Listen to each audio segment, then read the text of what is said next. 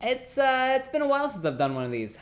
On September 25th, 2020, Machine Gun Kelly released his 5th studio album, Tickets to My Downfall. And here's what I thought. Now, I'm gonna be honest, I don't know anything about Machine Gun Kelly. I know he's a rapper, and I know that he's friends with Pete Davidson, but that's really about it.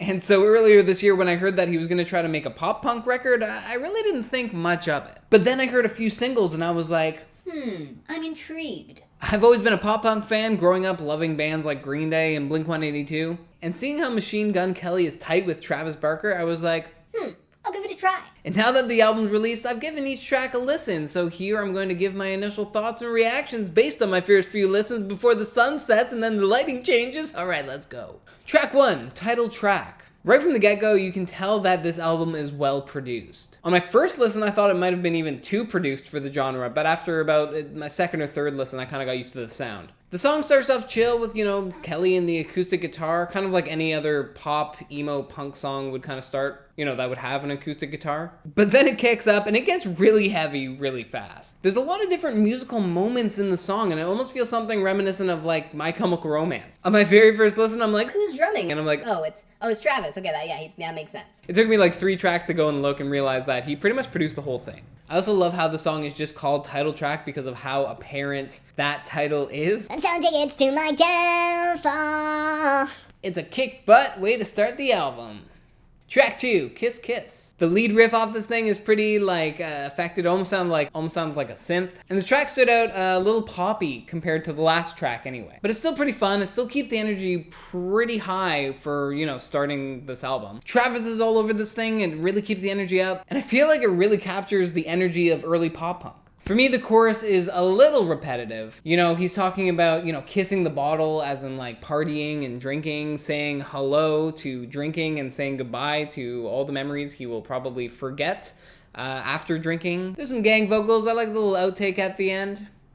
Track 3. Drunk Face. A little bit more of a trap beat, but okay. Still pop punk vocals and the chorus is so catchy. Like in terms of pop punk, this is really good songwriting. He's back on the drugs he quit, he's talking to his old dealer and his ex-girlfriend. Feels like he's wasting his youth by still kind of being a kid and, not growing up. The outro on this thing is straight Blink-182 Feeling This. I have sinned. That happens in the background of the outro is pretty much like, Fate fell short this time. But, a little different, but same thing. Track 4, Bloody Valentine. The way he says in my head. is so like Tom DeLonge, again, Blink-182. And fun fact, in the video, he's with Megan Fox, who they're now dating because of that video, I guess. I guess that's why they met, maybe, I don't know. I don't do fake love, but I'll take some from you tonight. The way he sings that is very poignant, and it really stands out. I've noticed that throughout the album, there's some lyrics or parts of choruses that he really emphasizes, at least maybe in the mix, that really gets caught in your head and you're really listening to every word that he's saying.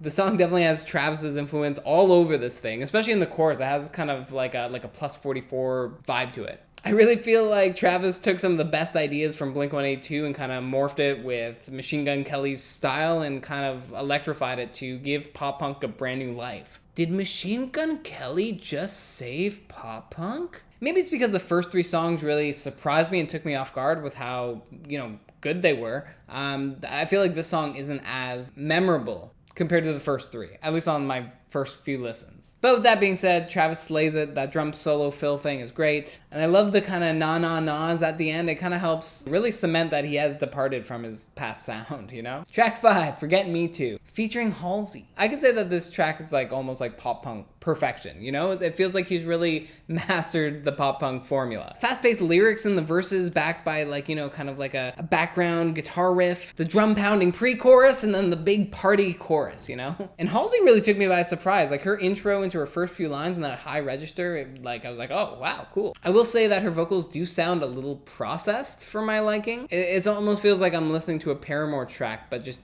dipped in auto-tune, unnecessary auto-tune. Track 6, All I Know, featuring Trippie Redd. Fun fact, I read that this chorus is might be a reference to Operation Ivy's Knowledge. because that chorus goes, all I know is that I don't know, all I know is that I don't know nothing. The song still feels very much pop punk, but there is like suggestion of some like electronic drums and beats that give like almost like a trap influence to it. A little self-reflecting ditty, you know, he's happy on the outside but crumbling on the inside. Doesn't know nothing, doesn't care nothing, doesn't care nothing. When Trippie Redd has his verse, you know, he brings that kind of trap influence there, and it's pretty fun. And it's fun to see other like rap artists give this genre a style and see how well it works, you know? His verse really gives the song a new vibe and like brings it to a whole new level. Short song, it's good. It definitely grew on me over the 3 listens I've listened to it so far. Track 7, Lonely. I really liked the emo lower register that he had in the first verse, and was kind of bummed when he dropped it so quickly, but then he brings it back for the 3rd verse, so we're all good. Now the song's probably the most cathartic song on the album. He's talking about both losing his father and his aunt, whom he grew up and lived with. The 3rd verse in particular lyrically is a really welcome departure from a lot of the other songs that are dealing with, you know, like partying and relationship things. These sort of themes aren't new to the pop punk genre, but it is new to Machine Gun Kelly in terms of this album so far. And it definitely, you know, kind of grounds the listener in a way. Track 8, World War III. Super fast pop punk song. It's something that like Blink-182 often throws into their albums, you know, just like a really aggressive little song that's under a minute. Maybe it's a Travis thing. It's been on the last few Blink albums, and it's been on, you know, Boxcar Racer, so yeah, fast, fun, punk. Ugh. Track 9, Kevin and Barracuda, the interlude. He's talking to Pete Davidson on the phone, trying to get him to do like robot sounds or alien sounds, and they have this stoned conversation. I thought they were stoned, but then Machine Gun Kelly literally says he's coming down from mushrooms, so it's just it's a conversation kind of setting up the next song, but not really. Personally, I am not a fan of talking interludes. I feel like it just kills the momentum of an album, especially things like this where it's just like a conversation, you know? Feels like it's unnecessary. Track 10, Concerts for Alien. This is so early 2000s pop punk. Lots of fun energy, and I have to wonder if it has anything to do with Tom DeLonge. Maybe it's just because I'm a fan of Blink and I'm looking at it a little too closely, but certain things like, well, I mean, the whole concept of aliens. But there's also that like roller coaster reference as well, and he has the song Roller Coaster.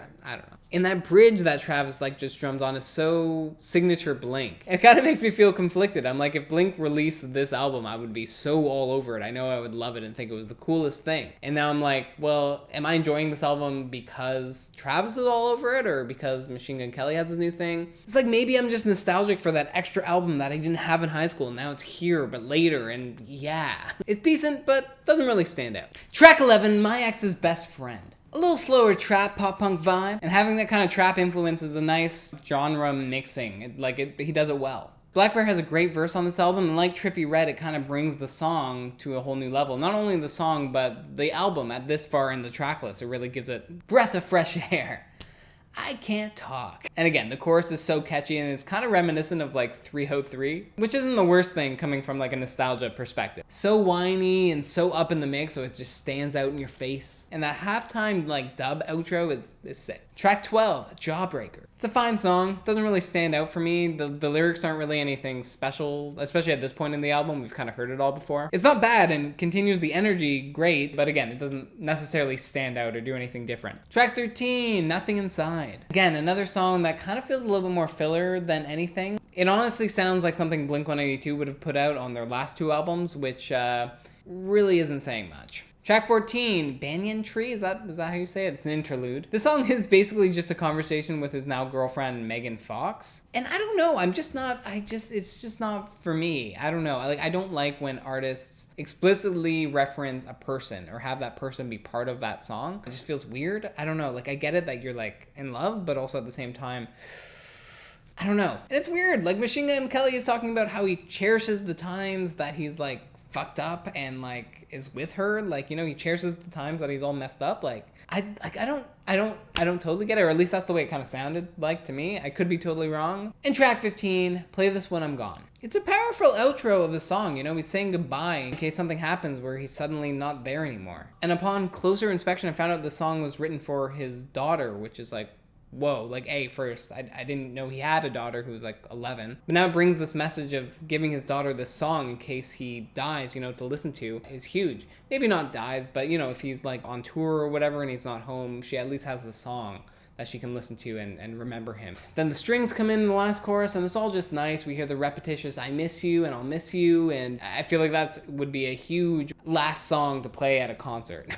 And that's the album. I think he'll definitely gain a lot more followers from the pop punk scene with this release. I mean, hey, like I'm one of them. And although some of the songs started to sound repetitive near the end, I did thoroughly enjoy this whole album. And yeah, maybe I'm biased because I do really love Blink, and Travis absolutely slayed on this album. But I'd be comfortable like giving this album a solid 7.5 out of 10. But what do you think? Do you like the same things I like? Let me know in the comments below. And hey, throw a subscribe or something. Just, yeah, throw a subscribe. That'd be cool. That'd be fun. And like it too. You can like it too. I won't say no to that. And until next time, peace.